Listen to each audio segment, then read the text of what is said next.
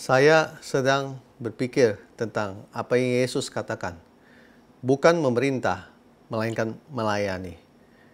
Di Markus pasal 10 ayat yang ke-42. Tetapi Yesus memanggil mereka lalu berkata, "Kami tahu bahwa mereka yang disebut pemerintah bangsa-bangsa memerintah rakyatnya dengan tangan besi, dan pembesar-pembesarnya menjalankan kekuasaannya dengan keras atas mereka." Di sini dikatakan memerintah dengan tangan besi, alias kekerasan, alias juga otoriter. Nah, Yesus bilang bahwa bangsa memerintah rakyat dengan tangan besi. Yesus sedang memberikan sebuah contoh bahwa pemerintahan dengan tangan besi menjalankan kuasa dengan keras atas mereka. Di ayatnya yang ke-43 dikatakan gini, "Tidaklah demikian di antara kamu. Barang siapa ingin menjadi besar di antara kamu, hendaklah ia menjadi pelayanmu." Nah, di sini Yesus sedang menceritakan bahwa fakta yang terjadi bahwa bangsa memerintah rakyat dengan tangan besi, kemudian pembesar menjalankan kekuasaan yang otoriter dan keras atas mereka. Nah, tapi Yesus bilang, ajaran Yesus ini, dia berkata begini, "Tidaklah demikian di antara kamu." Jadi Yesus mengajar kamu sebaliknya. Barang siapa ingin menjadi besar di antara kamu, hendaklah ia menjadi pelayanmu. Jadi Yesus berkata, kalau kamu mau besar, kamu harus menjadi seorang pelayan. Jadi kamu harus melayani. Gitu. Kalau Anda ingin besar, kita ingin besar, Tuhan mengajarkan kita, kamu harus melayani. Jadi mulailah Anda melayani. Jangan mengharapkan dilayani. Puji Tuhan. Nah, ini hal yang menarik sekali.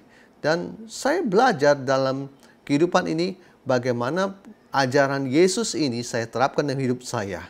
Bagaimana kita kalau posisi kita memang mungkin ada jabatan, kalau di dalam kantor kita sebagai atasan atau apapun, belajar kalau Anda mau besar, Anda harus melayani. Anda harus menjadi seorang pelayan. Di mana pelayan itu berbicara sikap. Sikapnya bagaimana? Sikapnya melayani, atau sikapnya memerintah, atau sikapnya berharap bahwa saya harus dihormati. Apa yang Yesus ajarkan adalah kalau Anda ingin menjadi besar, Anda mulai dengan menjadi seorang pelayan. Puji Tuhan. Yang kedua, saya lihat Yesus berkata begini di ayat 44. "Dan barang siapa ingin menjadi yang terkemuka di antara kamu," berarti yang terkenal, top. Lihat apa yang Yesus katakan. "Hendaklah ia menjadi hamba untuk semuanya." Nah, ini kadang tidak bisa diterima oleh orang-orang saat ini. Kalau Anda ingin menjadi terkemuka, Anda harus jadi hamba. Harusnya kalau Anda ingin menjadi terkemuka, banyaklah promosikan dirimu. Banyaklah bikin kamu bisa ngetop. Bukankah itu ajaran dunia? Tapi Yesus mengajarkan kalau kamu ingin terkemuka, kamu harus jadi hamba. Hamba ini berarti orang tidak punya apa-apa. Hamba ini berarti kamu harus berserah. Ini ajaran ini sangat bertentangan dengan ajaran dunia.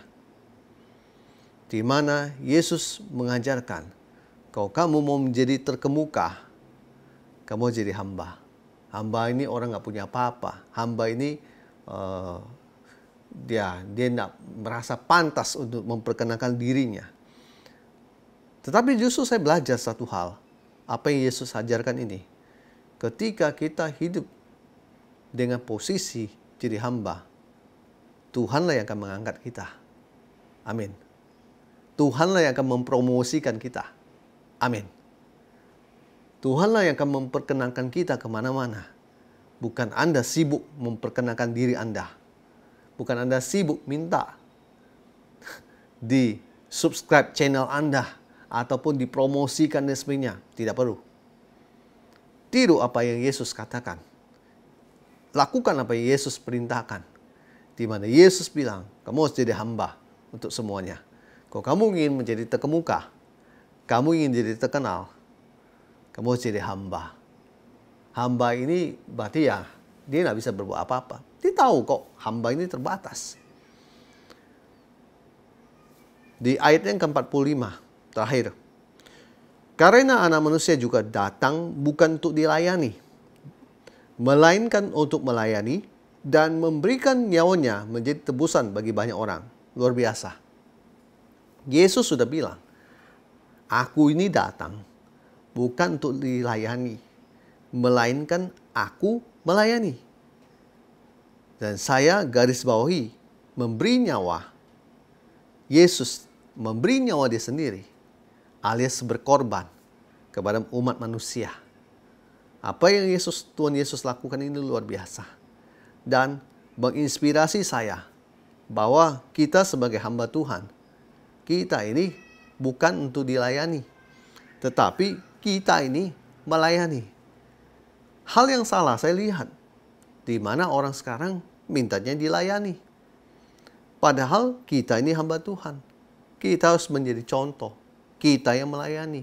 Kita datang ke suatu daerah bukan harap kita dilayani.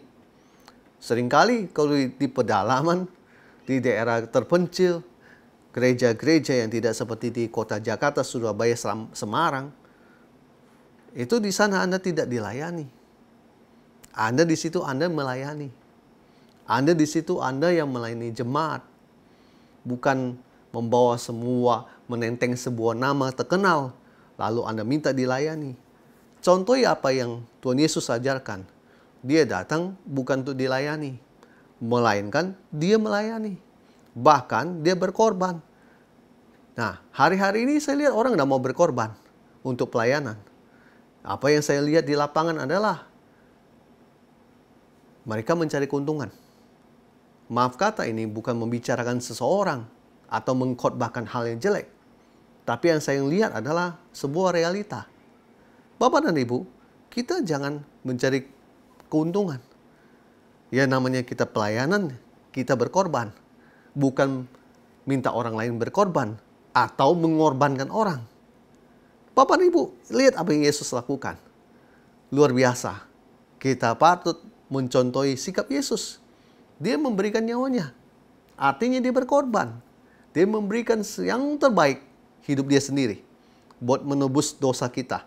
Saya pribadi sangat bersyukur dengan pengorbanan Yesus. Kalau tidak, dosa saya tidak akan diampuni. Dosa Bapak dan Ibu juga sama tidak akan diampuni. Puji Tuhan, luar biasa Tuhan Yesus. Dia datang bukan untuk dilayani, tetapi untuk melayani.